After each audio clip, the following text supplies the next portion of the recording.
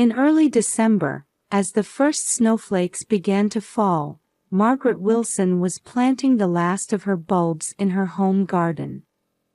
Even at 65, gardening remained her emotional anchor.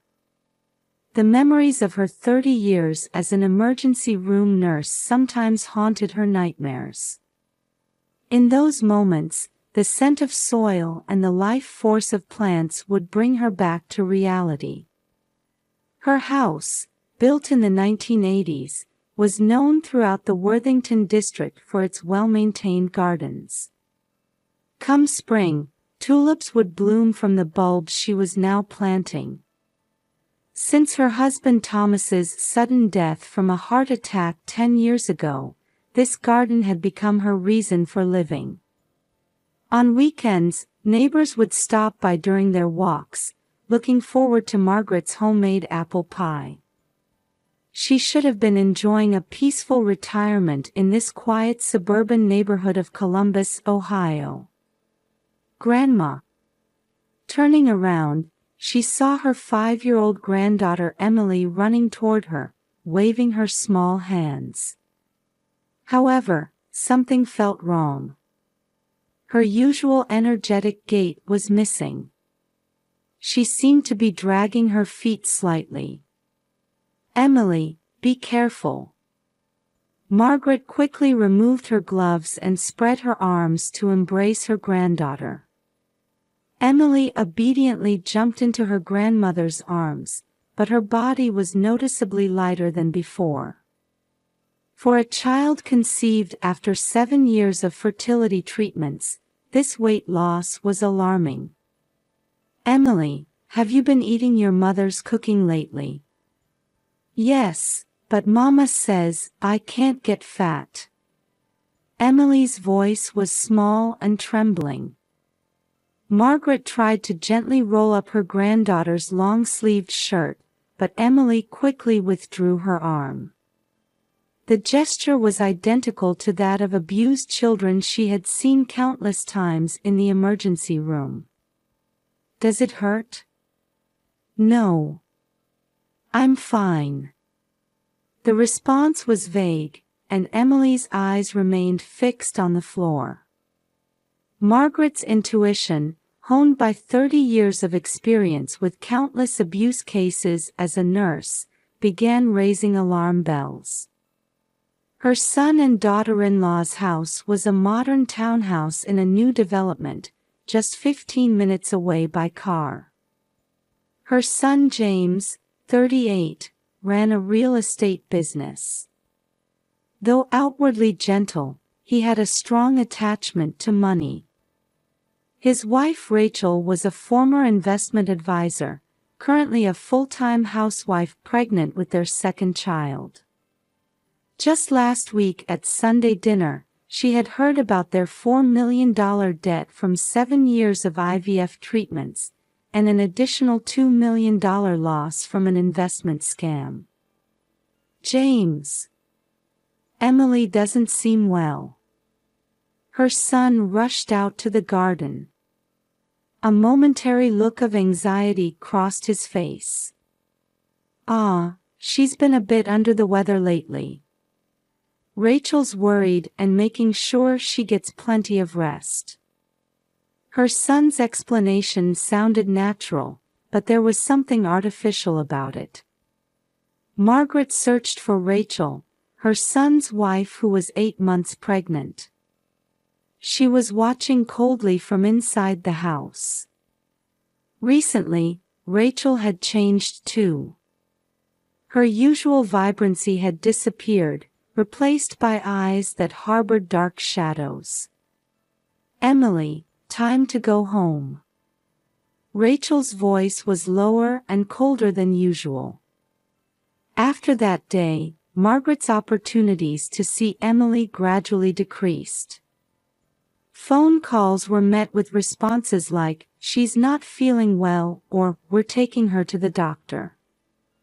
However, Margaret, with her connections to the local medical network, knew they hadn't taken her to any doctor.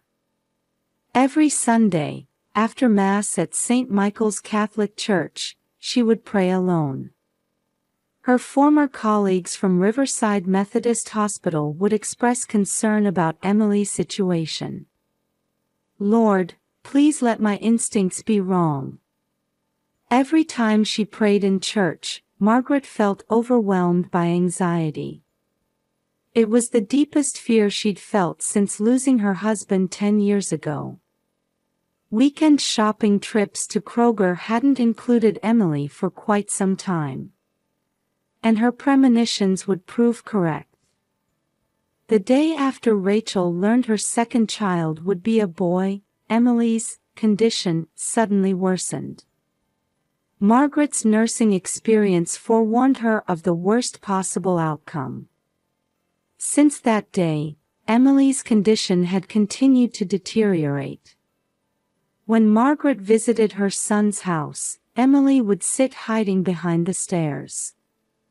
The granddaughter who once bounded into her grandmother's arms now cowered like a frightened kitten. In the newly built townhouse, Emily existed like a mere shadow. "Emily, it's Grandma. Everything's all right." Even when called, Emily would only nod slightly. The child who once ran energetically around the garden now lived wrapped in long-sleeved clothes, hiding in shadows. Margaret tried several times to check for bruises on her arms, but Emily desperately refused. Her gestures clearly showed fear. During her time at Riverside Methodist Hospital, Margaret had learned the characteristic behavioral patterns of abused children. Hiding arms and legs, flinching at adult presence, abnormal eating habits. Emily displayed all of these signs. "Have you been eating well lately?" "Yes, but..." Emily glanced around cautiously before continuing in a whisper, as if terrified of being overheard. "I eat, secretly, in my room." Just then, Rachel's voice rang out from the kitchen. A metallic, cold voice from the new stainless steel counter. "Emily. What are you talking about?" At that voice, Emily's body froze for an instant. Margaret was reminded of her nursing days. The countless abuse cases in the emergency room. Children trembling at their parents' voices. And now, her own granddaughter showed the same reaction. 30 years of experience sent out every warning signal. "Rachel, could you tell me who Emily's doctor is?" At Margaret's question, Rachel's eyes widened for a moment. Cradling her 8-month pregnant belly, she showed clear signs of distress.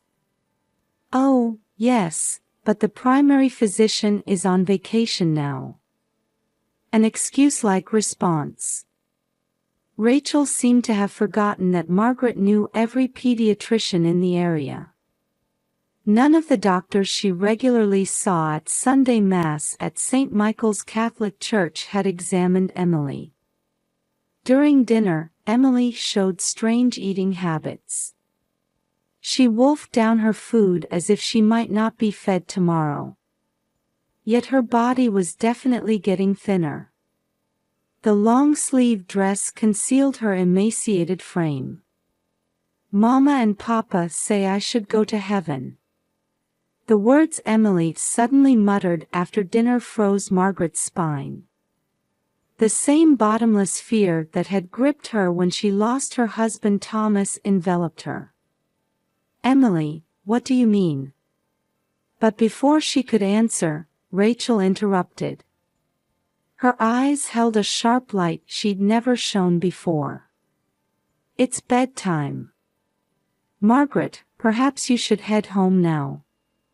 As she was leaving, Margaret caught her son in the garage.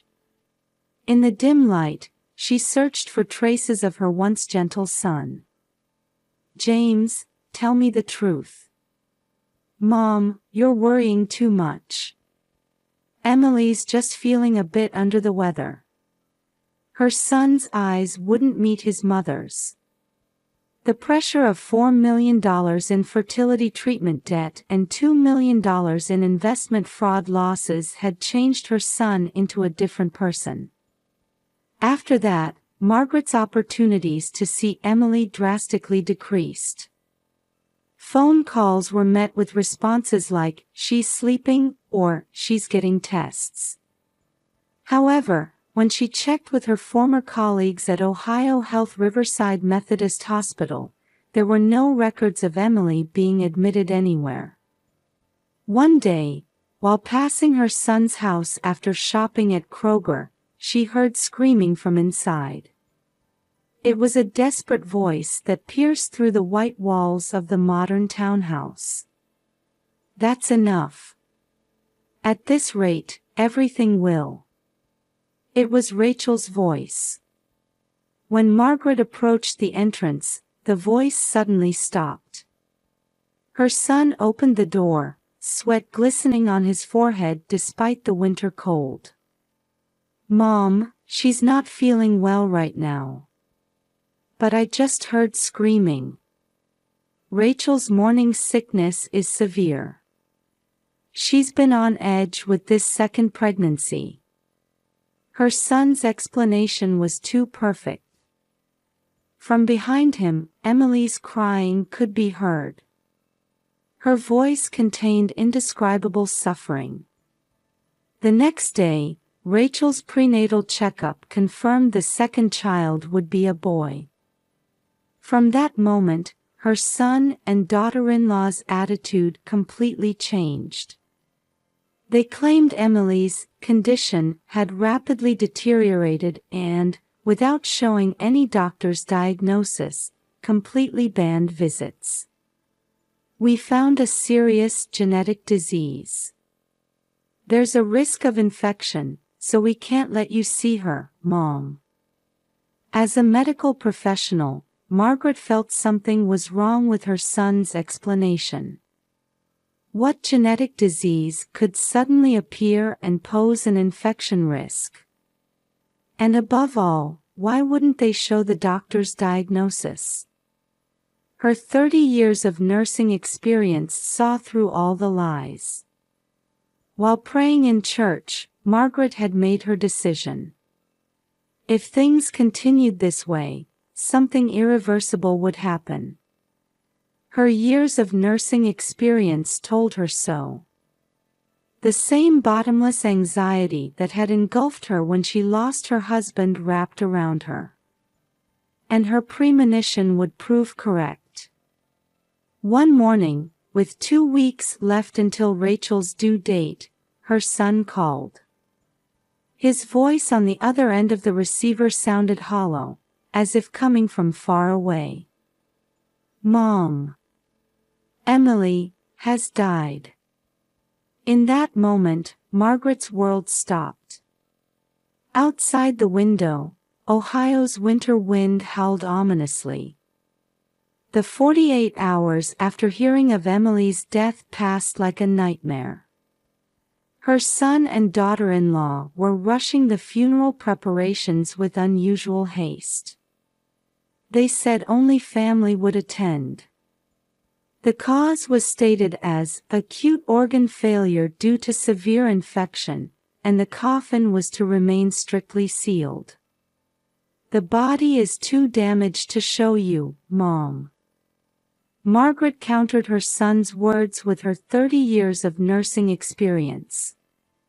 If it was organ failure from infection, there needs to be a report to the health department. "What's the report number? Who was the attending physician?" A moment of silence. Her son's face tensed. "Everything's already been arranged. Mom, please don't worry about unnecessary things." That night, Margaret had a dream. Her husband Thomas appeared, telling her to protect Emily. When she woke up covered in sweat, the full moon cast an eerie light through the kitchen window. The day before the funeral, Rachel suddenly went into labor. 2 weeks earlier than expected. Mom, can you handle the funeral preparations? We need to get to the hospital.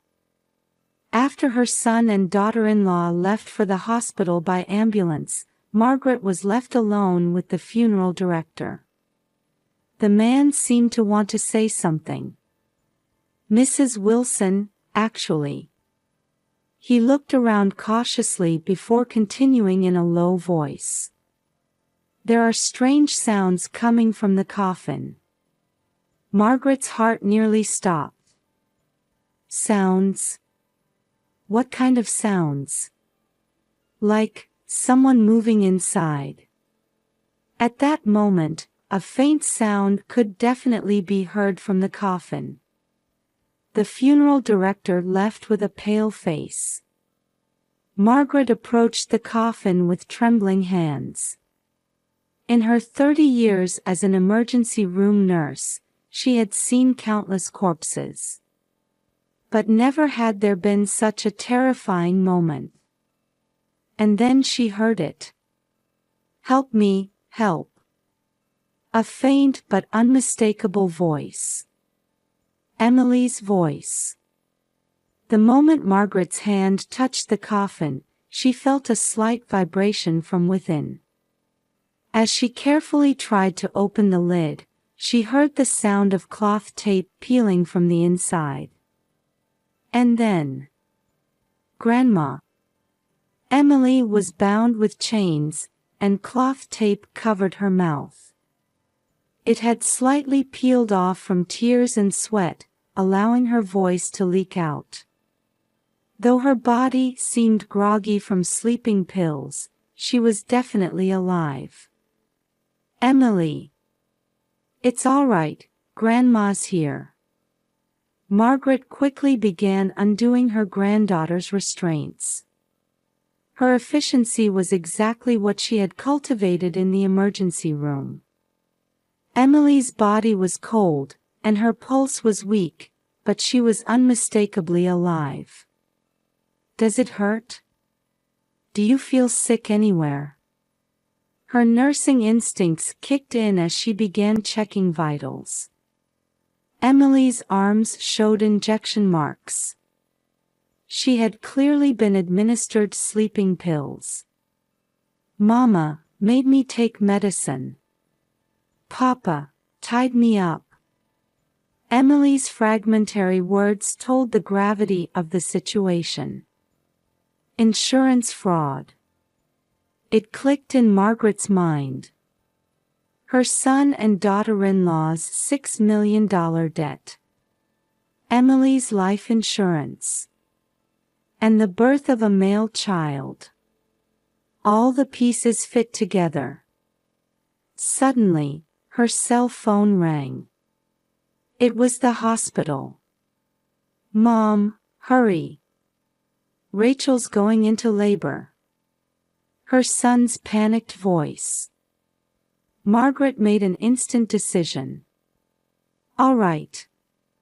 I'll be right there." After hanging up, she lifted Emily and placed her in her car. However, instead of heading to the hospital where her son and daughter-in-law were, she drove to Ohio Health Riverside Methodist Hospital's emergency room.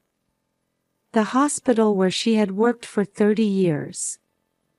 Where trusted former colleagues were. "Dr. Johnson, please. Examine this child. And call the police." Her old friend, the pediatrician, understood the situation at a glance. A treatment team was immediately assembled, and Emily's protection began. At that moment, another cell phone rang. It was her son. Margaret didn't answer. Right now, her only duty was to save the life before her. Outside the window, Ohio's winter dawn cast a new light of hope. In the emergency treatment room at Riverside Methodist Hospital, doctors were attending to Emily. Large amounts of sleeping medication were detected in her system, and her wrists and ankles showed restraint marks. Test results appeared one after another on the monitor. Malnutrition, dehydration, mild hypothermia, all evidence of abuse. In this hospital where she had worked for 30 years, Margaret now faced the greatest crisis of her life. The white walls and smell of disinfectant. What was once normal now carried an extraordinary tension. Vitals are stabilizing. Blood sedative levels still elevated. Body temperature showing gradual improvement. The medical staff's voices flew back and forth. Each one indicated that Emily's life was still dancing with danger. "Mrs. Wilson, the police are here." A young nurse approached her. Her face showed both sympathy for her former colleague and concern for the gravity of the situation. Emily is no longer in immediate danger. However, Dr. Johnson paused. He had been a trusted colleague and friend for 20 years. This is clearly attempted murder. The sedative dosage was near lethal. Furthermore, there's evidence of chronic abuse over the past few months, restraint marks on wrists and ankles, progressive malnutrition, bruising throughout the body. These are not accidental. Medical records flashed on the monitor. Emily's weight had dropped to 70% of normal over the past 2 months. Intentional starvation. And the drugs detected from the injection marks. Everything pointed to a premeditated crime. Just then, the hallway grew noisy. The sound of emergency transport sirens and hurried footsteps. "Mom! Why did you take Emily?" James burst in, his face contorted. Behind him, Rachel writhed in labor pain. Her white hospital gown was soaked with sweat. "Why? You're asking me why?" Margaret's voice was ice cold. The composure built over 30 years of nursing sustained her. $6 million in debt. Emily's $3 million life insurance policy. And the birth of your long-awaited son. Was it all according to plan? Trying to kill your own child by burying her alive. The blood drained from her son's face. Rachel screamed. Whether from labor pains or guilt was unclear. "No, that's not, we." At that moment, police officers entered the room. The sound of heavy boots echoed in the silent hospital room. "James Wilson, Rachel Wilson. You are under arrest for attempted murder, child abuse, and attempted insurance fraud." Rachel suddenly began screaming hysterically. "We had no choice. The fertility treatment debt, investment fraud, everything was crushing us. If only this child wasn't here, we could have a new life." Her screams echoed throughout the ward. At that moment, she was struck by intense labor pains. "Admit the patient. Prepare the delivery room." The medical team responded swiftly. Rachel to the delivery room. James taken away by police. His back no longer showed any trace of the once proud real estate agent, now just that of a criminal. That night, the truth emerged during interrogation. $4 million for 7 years of fertility treatments. $2 million lost to investment fraud. the desperate couple planned to use Emily's life insurance to pay off their debts. The confirmation that their second child would be a boy pushed them to make their decision. They tried to sacrifice their beloved daughter's life as a ticket to a new life. We started restricting her food 2 months ago. To fake illness, James stated flatly during questioning. His voice now lacked any emotion. Rachel obtained sleeping pills from a former hospital contact. We carefully planned everything so her nurse mother wouldn't notice.